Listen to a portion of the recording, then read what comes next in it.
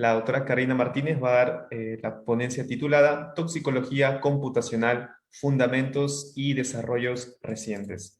La doctora Karina Martínez se graduó de la licenciatura en Química de Alimentos en 1998 y del doctorado en Ciencias Químicas en 2005, ambos por la Universidad Nacional Autónoma de México. Durante sus estudios de doctorado, realizó una visita de investigación en el Centro de Investigaciones Biológicas del Consejo Superior de Investigaciones Científicas en Madrid, España, e impartió clases en la Facultad de Química de la UNAM y en la Universidad La Salle de México DF. En febrero de 2005, la doctora Martínez se unió al grupo del profesor Michael F. Brown de la Universidad de Arizona como postdoctorante realizando investigación computacional y experimental en proteínas y lípidos de membrana. En agosto de 2007 se unió al Instituto Torrey Pines de Estudios Moleculares en Florida como miembro asistente. Entonces, dicho eso, le damos nuevamente la bienvenida a la doctora Martínez y le agradecemos por su participación. Hola, ¿qué Sí. tal? Buenas tardes, buenas noches y buenos días, porque andamos por todos lados. Muchas gracias por la invitación. Voy a apagar mi video e iniciar compartir mi pantalla Sí. en este momento. Mientras la doctora va poniendo su presentación, me gustaría recordarles a los asistentes que pueden también hacer sus preguntas mediante el chat de Facebook, y a la doctora Martínez le hago el malo recordatorio que tiene 40 minutos de presentación y yo le avisaré cuando estén faltando 5 minutos. Estamos viendo su presentación, doctora. Excelente, Ahora sí, se ve pantalla completa. excelente. Pues bueno, de verdad, muchas gracias por esta oportunidad. Me da muchísimo gusto compartir con ustedes estos momentos. Y bueno, yo tuve el gusto de visitar alguna vez Perú y la verdad me encantó y me dio mucho gusto esta invitación. Voy entonces a comentarles acerca de lo que nosotros elaboramos recientemente. Bueno, ya tiene unos 5 o 7 años que estamos enfocándonos en este tema de la toxicología computacional, y dado que es un tema, me parece como no tan conocido, sobre todo por algunos alumnos, pues vamos a hablar de fundamentos y algunos desarrollos recientes. Quiero también unirme al comentario de algunos expositores anteriores de pues desearles todo lo mejor en este momento difícil de la pandemia, y felicitar al comité organizador pues por este esfuerzo, ¿no? De que tenemos que seguir avanzando. Como comentaba, yo trabajo en el Instituto de Química de la Universidad Nacional Autónoma de México. Para aquellos que nunca han visitado México o que lo han visto pero lo quieren recordar, pues les muestro algunas imágenes. Esto es pues muy cercano a la Ciudad de México, el Palacio de Bellas Artes, una zona residencial conocida al sur de la ciudad llamada Coyoacán, el centro de la ciudad, la zona de los volcanes, Teotihuacán. Esto es para que se animen y nos visiten en cuanto sea posible.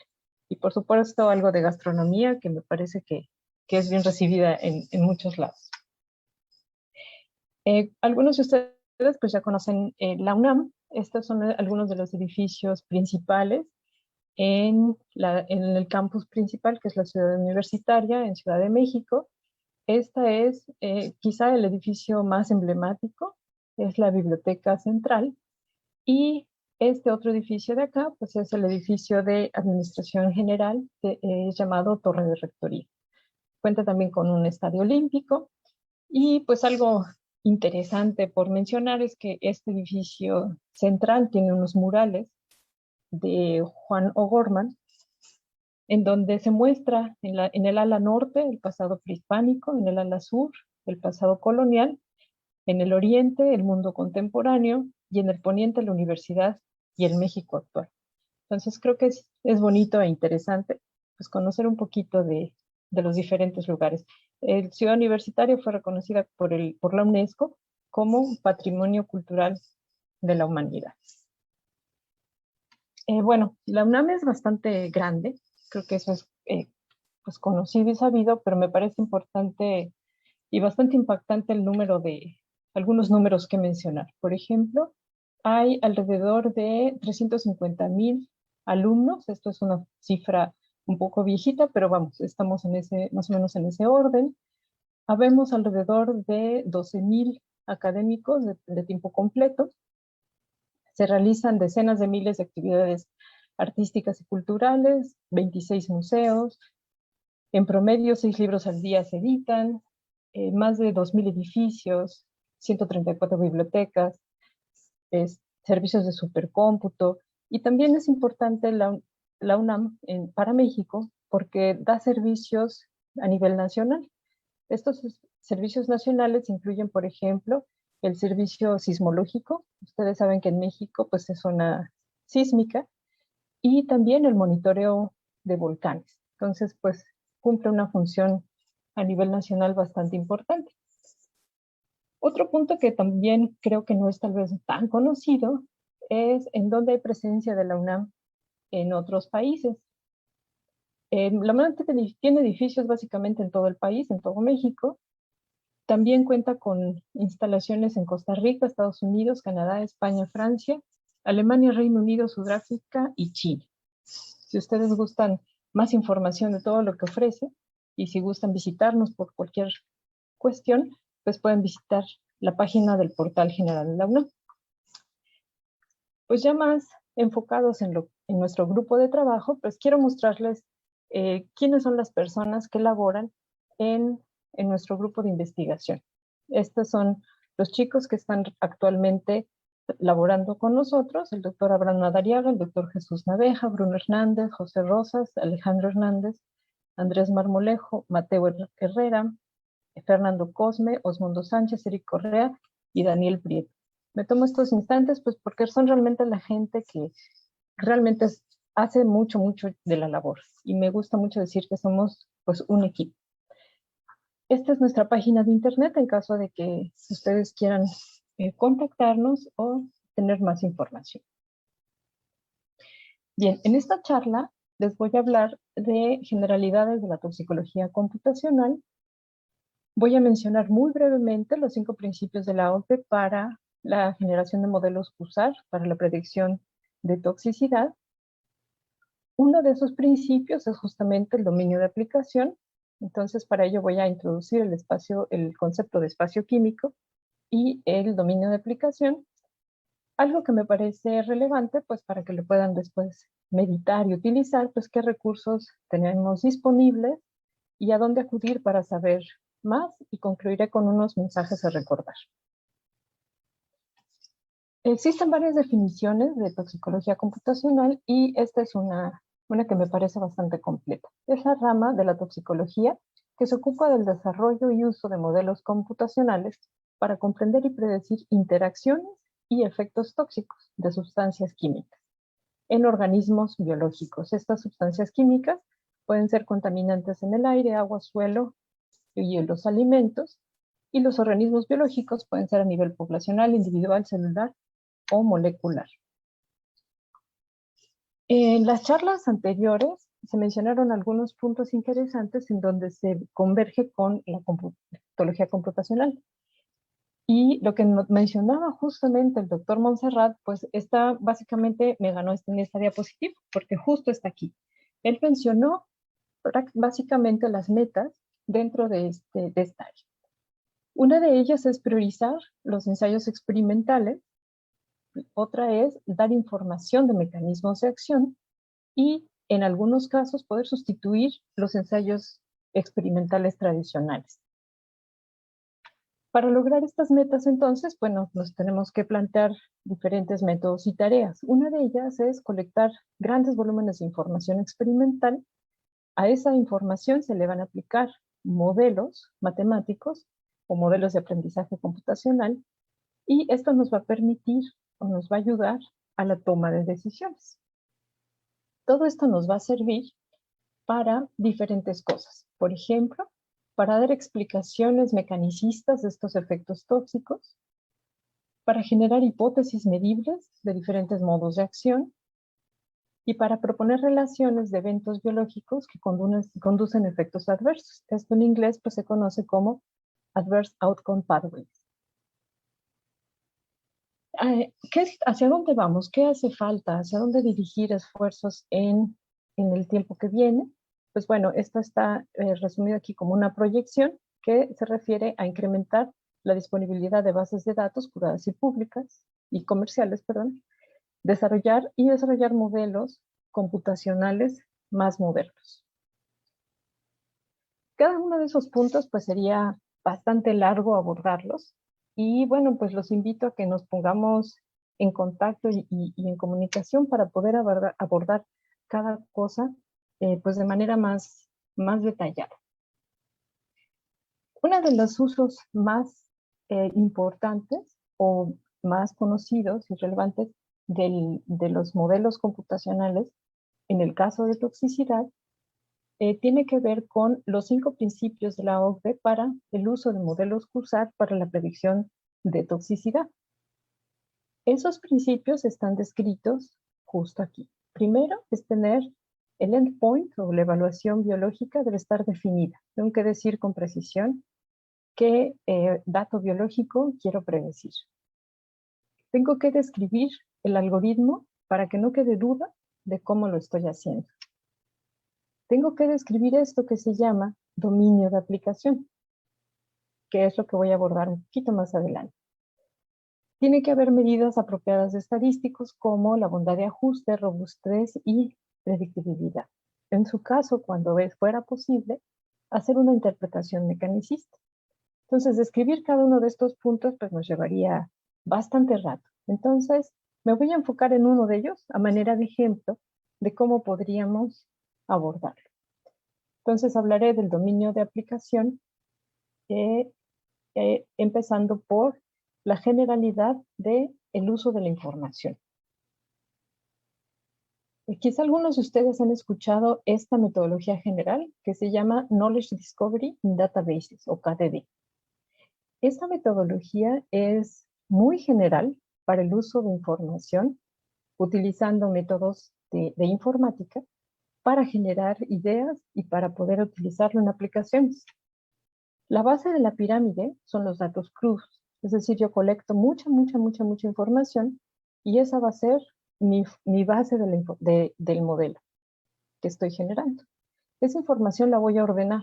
Una vez que la tengo ordenada, que le aplico filtros y la selecciono, entonces ya voy a tener algo de información contenida ahí que voy a poder interpretar y extraer. Si además empiezo a buscar efectos como de correlación dentro de los datos que yo tengo ahí incorporados, entonces voy a poder generar ideas y voy a poder generar conocimiento. Ese conocimiento me va a permitir hacer juicios para poder tener una aplicación. Esto va a responder a las preguntas de qué tengo, cómo se correlacionan y por qué es eso.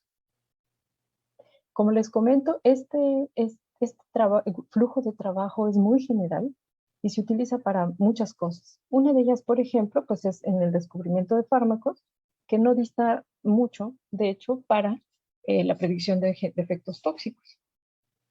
En una junta, en una reunión, el doctor John Van Drie hizo esta reflexión que me pareció muy interesante.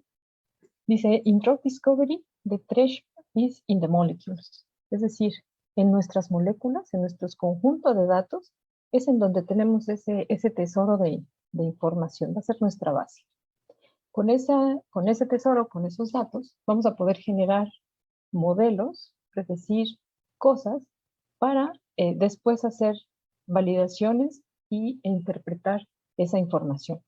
Estos modelos pues ahora están súper de moda y vamos a mencionar un poquito más de ellos más adelante, y para no perdernos en cómo debemos de abordar justamente esta generación de hipótesis o de modelos. Ahora, ¿cómo se relaciona este modelo de trabajo de bases de datos, descubrimiento de información en bases de datos, con los principios de la OCDE para la generación de modelos QSAR? Eso justamente está descrito en este artículo de 2018, en donde abordamos justamente cómo se relacionan los 5 principios de la OCDE que mencioné hace un momento para la generación de modelos QSAR con el modelo general del descubrimiento de información en bases de datos. Entonces aquí podrán encontrar la descripción de cada uno de esos pasos. Bien, como mencionaba, uno de los pasos principales o uno de los pasos en en los principios de la OCDE, pues es eh, el dominio de aplicación. El dominio de aplicación está relacionado con el espacio químico. ¿Qué es el espacio químico? Pues el espacio químico está definido como el espacio ocupado por moléculas y compuestos químicos en n dimensiones. Es decir, yo tengo una tabla de datos en donde en los renglones tengo las moléculas y en las columnas tengo las diferentes características de esos datos, que son también llamados descriptores. Hace un momento, en una de las presentaciones, pues se mencionaba eso, que yo voy a tener una serie de características o de descriptores para mis moléculas. Y lo que voy a querer va a ser predecir la actividad biológica, en este caso toxicidad, en base a los descriptores que están asociados a cada una de esas moléculas. Este tipo de tablas puede tener muchas columnas, miles de columnas, por ejemplo, 7000 columnas. Y en los renglones yo puedo tener también cientos de renglones o cientos de compuestos que los voy a tratar de analizar. Este es nuestro punto de partida para los modelos que se llaman modelos de predicción o modelos QSAR. Muy bien, entonces esto es a lo que se le llama el espacio químico. Si nosotros nos imagináramos cuántas moléculas podríamos nosotros generar de manera factible, que sean sintéticamente viables, podríamos postular, o sea, postulado, un número de alrededor de 10 a la 60. Esos son muchísimos compuestos. Entonces tenemos que estudiarlos pues de manera más enfocada. Dado que el espacio químico depende de los descriptores que se están utilizando para construirlos, no es absoluto.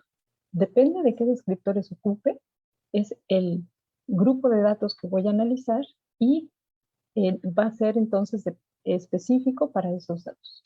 Eso es muy importante, no es único. ¿Qué tipo de metodología computacional vamos a utilizar? Es algo muy relevante.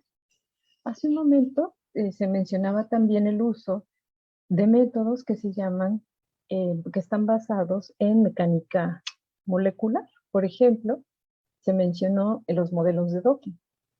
Los modelos de docking caen dentro de este rubro de la mecánica molecular y están basados en lo que se conoce como campos de fuerzas. Ese tipo de métodos nos va a permitir responder ciertas preguntas, por ejemplo, la interacción de un compuesto con un blanco biológico, como se mencionó, en proteínas, típicamente obtenidas del Protein Data Bank. Y también hay otro tipo de modelos, otro tipo de metodologías. Por ejemplo, algunos conocerán pues, los métodos de mecánica cuántica que nos van a permitir observar detalles del objeto que estoy analizando. En el caso de mecánica molecular, vamos a poder analizar interacciones entre diferentes moléculas, por ejemplo. Y otra rama es la quimioinformática, que está basada en lo que mencioné hace un momento, en el espacio químico. En este caso, me va a importar cómo se mueven, por decirlo así, los datos en su conjunto. Es decir, no voy a necesitar el detalle de cómo interactúan o cómo se observan a nivel más detallado. Y voy a responder diferentes preguntas. Bien, ese espacio químico que mencionábamos nos va a dar lugar a lo que se conoce como dominio de aplicación. En esta referencia, en 2018, se define el espacio químico como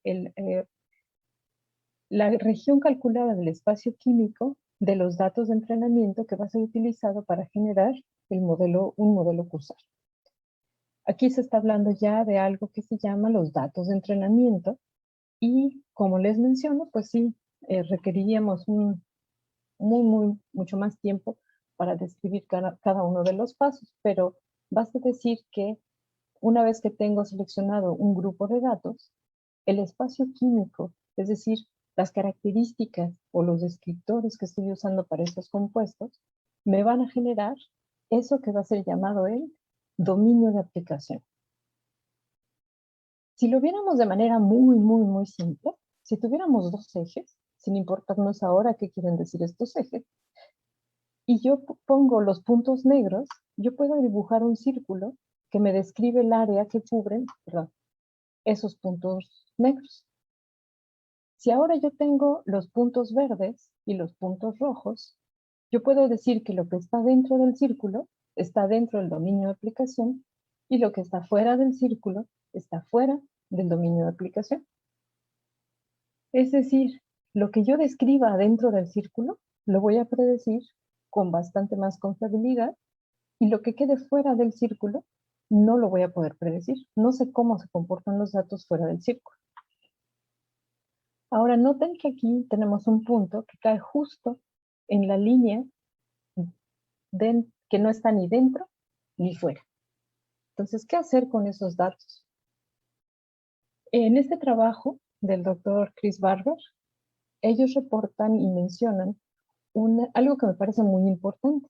Mencionan 3 niveles de información que se debe analizar para tomar una decisión, que le llaman decision domain. Entonces, el primer paso es realizar el análisis del dominio de aplicación y le llaman que está derivado, basado en el modelo. Después, la confiabilidad de la información que tengo de esos datos. Por ejemplo, si yo tengo este punto y el dominio de aplicación per se, medido por el círculo, no me permite tener esa conclusión, entonces tengo que fijarme con más detalle. Por ejemplo, no es lo mismo tener este punto con este otro punto muy cercano a que estuviera mucho más para acá y no tuviera vecinos cercanos. Eso me daría menor confiabilidad de qué voy a hacer con ese dato. Entonces, si por ejemplo los datos que están cercanos al valor que quiero medir tienen un valor experimental muy preciso, entonces puedo más o menos confiar en que este compuesto va a comportarse como el que está dentro. Si por el contrario, los datos que tengo de actividad biológica o toxicidad no son muy confiables en la zona en donde tengo duda, entonces no voy a poder tener mucha confianza en qué hacer con ese dato. Y por lo general, pues evito incluirlo en el modelo. Y al final necesito decidir si ese dato va a poder tener actividad biológica que se le llama smooth, o es decir, que los cambios en la actividad o el cambio en toxicidad son muy proporcionales a los cambios en la estructura. Es decir, las relaciones estructura-actividad cualitativas son bastante proporcionales. Si eso existe, entonces voy a poder predecir la toxicidad de ese compuesto. Entonces, si se fijan, hay muchos detalles que necesitan irse cuidando en la generación de modelos. Y esta es solo una pequeña parte del tipo de modelos que estoy hablando, de modelos de predicción. Esta lista, quería compartírselas, son recursos disponibles. Son compañías de software y hardware para generación de modelos computacionales. Esto lo pueden obtener de esta página de Cursoric Cheminformatics and Modeling Society. La intención aquí es mostrarles la cantidad de compañías que ofrecen diferentes software y hardware para este propósito. Ahora, si les muestro los diferentes programas que hay, ni siquiera está completa, esta lista se sigue. Son muchísimos. Entonces, ¿cómo saber qué tipo de modelos usar? ¿En qué me voy a basar para seleccionarlos? Entonces, es importante saber qué es lo que estoy buscando y es importante saber cuáles son los alcances y limitaciones de los diferentes programas. En algunos casos, pues es muy común guiarse por la disponibilidad de que sean recursos públicos. En algunos otros casos, pues la moda, pues porque son muy conocidos y eso se ocupan, pero no es, digamos, lo más apropiado. Hay que tratar de conocer un poco de todas las diferentes variables que hay para poder seleccionar cuál me sirve más.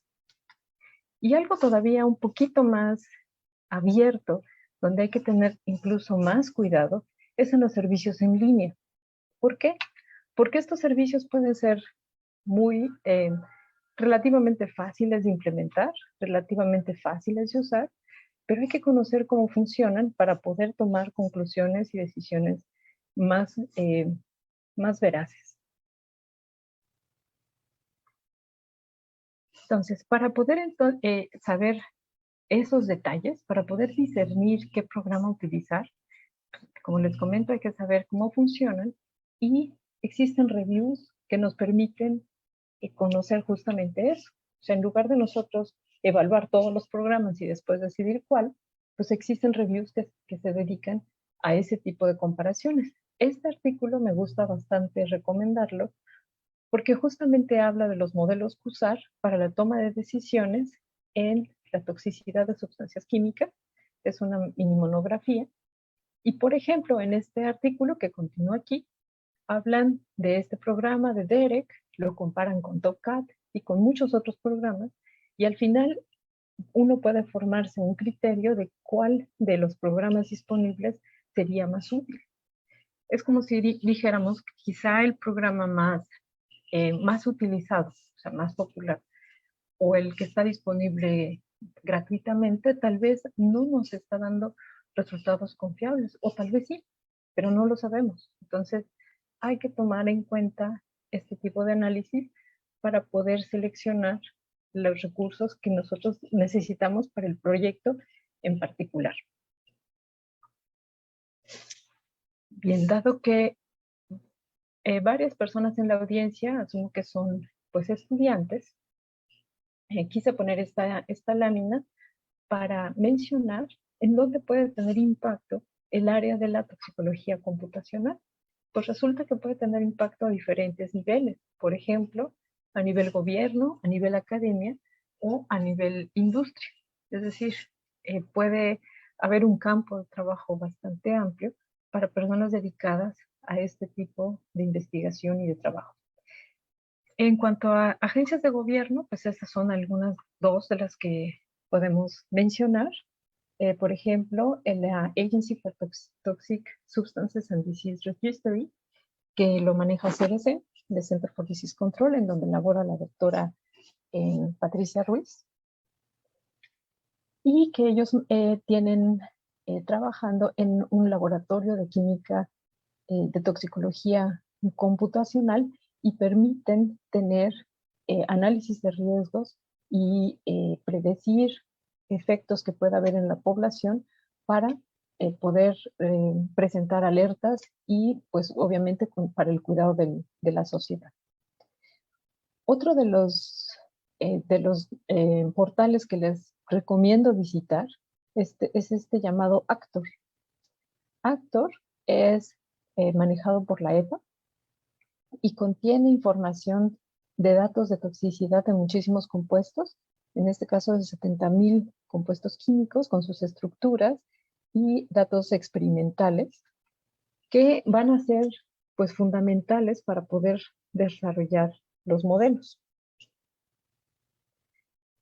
Esto nos va a permitir ayudar en la toma de decisiones en acciones públicas. Por ejemplo, si uno trabaja en la predicción de toxicidad para impurezas de compuestos, pues podremos tener un impacto en la importación de productos y materias primas. Obviamente es importante mantener siempre una educación continua y también pues el impacto en la investigación para la generación de nuevas metodologías de cómputo, por ejemplo. Claro que todo esto pues hace relevante la interacción como en este tipo de foros y de universidades. Entonces, para poder trabajar dentro de esta área de toxicología computacional, pues hay diferentes maneras de abordarlo. Puede hacerse desde muy centrado o muy profundo, en estudios incluso pues, de maestría. Puede hacerse una maestría completa en Computational Medicinal Chemistry and Toxicology, por ejemplo. Esto es uno de los programas que ofrece esta universidad en Ámsterdam. También existen cursos de educación continua que están dedicados, por ejemplo, a dar información y recursos para mantenerse actualizados. Es decir, una persona que ya conoce de las metodologías pues este tipo de educación continua pues permite mantenerse al día. Hay otro tipo de cursos que son llamados cursos ad hoc, en donde se persigue un fin más específico. Por ejemplo, este es un curso que nosotros damos cada año. Está por abrirse la versión online, lo pueden consultar en esta página. Este curso está dedicado a conocer e interpretar los modelos CUSAT específicamente para efectos de regulación de pesticidas y de compuestos en farmacia. Muy bien, esta interacción y este enfoque de multidisciplinario me parece que es muy relevante porque en lo más que nosotros podamos conocer las metodologías es cuando vamos a poder generar mejores modelos y mejores resultados. Entonces, estos tipos de estudios son inherentemente multidisciplinarios. Y pues sí recalco, tiene que ser entendido para que pueda ser utilizado apropiadamente, porque resulta que puede haber una confusión con la realidad de lo que se puede evaluar y puede caerse en el uso de métodos por euforia o por moda. ¿A qué me refiero con esto? En este gráfico de aquí les muestro una curva que es muy bien conocida de cómo cambian las expectativas respecto al tiempo. Iniciamos con una idea, después se dispara la expectativa de esa idea y se crea una falsa interpretación de lo que se puede hacer. Obviamente, como esto no es real, entonces en el momento en el que falla, pues caemos en una desilusión y entonces decimos, no sirve. Pero eso no es cierto. Resulta que estábamos creyendo que era demasiado, mucho más de lo que pensábamos. Hasta llegar a una etapa en donde somos más realistas y podemos entender para qué nos sirve y para qué no nos sirve. Este tipo de curvas ocurren en cualquier análisis. De hecho, esta se llama la curva de la tecnología, si no me equivoco. En este artículo de reciente publicación, discutimos justamente pues, la relevancia de no caer en lo que está de moda y en lo que está de euforia para este tipo de modelos. ¿Por qué? Porque vamos a caer en el mal uso de los datos, de los modelos, y es muy peligroso generar cosas que no entendemos. Entonces, es mejor tener una expectativa más realista de lo que queremos hacer. Esta imagen se las muestro para también conocer un poco la evolución, sobre todo de los modelos de predicción que ahora están súper de moda, que es todo el efecto de Artificial Intelligence. Si se pone las palabras Artificial Intelligence en un paper, va a tener más posibilidades de que sea publicado. ¿Qué ha pasado con Artificial Intelligence? La definición o el inicio de Artificial Intelligence está marcado aquí en 1956, aunque creamos que es reciente. Y ha tenido esto que le llaman los winters, es decir, ha tenido el hype y ha tenido la desilusión. Ha tenido todas estas curvas y ahorita sigue creciendo. Ahorita estamos en una etapa en la que creemos que la inteligencia artificial pues, va a resolver una expectativa enorme de que va a resolver muchas cosas. Está evolucionando, obviamente, pero es importante no hacer un sobreuso y conocer exactamente cuándo es apropiado aplicarlo. En este contexto de para saber más, entonces ya vimos que es importante pues educarnos teniendo cursos, ya sea a nivel de posgrado, un nivel de maestría, o cursos de actualización, o cursos ad hoc, si lo que queremos es más aplicación. Y para mantenerse al día, pues revisar revistas especializadas. En estos dos trabajos que pongo de muestra, están publicados en esta revista de Chemical Research in Toxicology. En este ejemplo de la izquierda se muestra un dibujo de lo que podría pensarse como un espacio químico con las diferentes áreas que se tienen que explorar y que habla justamente del espacio químico en cuestión de toxicidad. En este otro trabajo se hace una comparación de diferentes métodos, buscando el mejor modelo, en donde se compara la interpretabilidad con la eficiencia de esos métodos, de esos modelos. Entonces, si uno necesita decidir qué modelo usar, pues este podría ser un buen artículo por revisar. Disculpe, ¿Otras doctora revistas? Martínez, quedan 5 minutos. Sí, ya casi. Otras revistas especializadas que se pueden consultar y que son las donde se publican más trabajos en este campo son las que se listan aquí y que, bueno, ustedes pueden ir consultando. Prácticamente con esta última, es una de mis últimas diapositivas y algunos mensajes por recordar, pues es que la regulación internacional de la OCDE recomienda la predicción computacional de toxicidad siempre y cuando se cumplan al menos los 4 primeros principios. La de interpretabilidad no es requisito, es deseable. Y se sugiere utilizarla incluso antes de la experimentación, justamente para evitar el uso de animales o para tratar de disminuir el uso de animales. Por otro lado, los modelos son válidos y predictivos dependiendo de la disponibilidad de los datos, de su distribución, que tiene que ver con el dominio de aplicación, y la obtención de buenos estadísticos. Finalmente, la interacción entre disciplinas y conocer sus alcances y limitaciones, pues nos va a permitir un avance realista en las tecnologías emergentes y reemergentes. Pues con esto concluyo y les agradezco mucho su atención.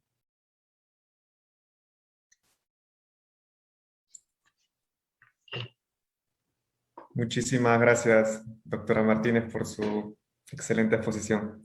Muchas gracias. Tenemos aquí una pregunta de nuestro público que está asistiendo por Facebook.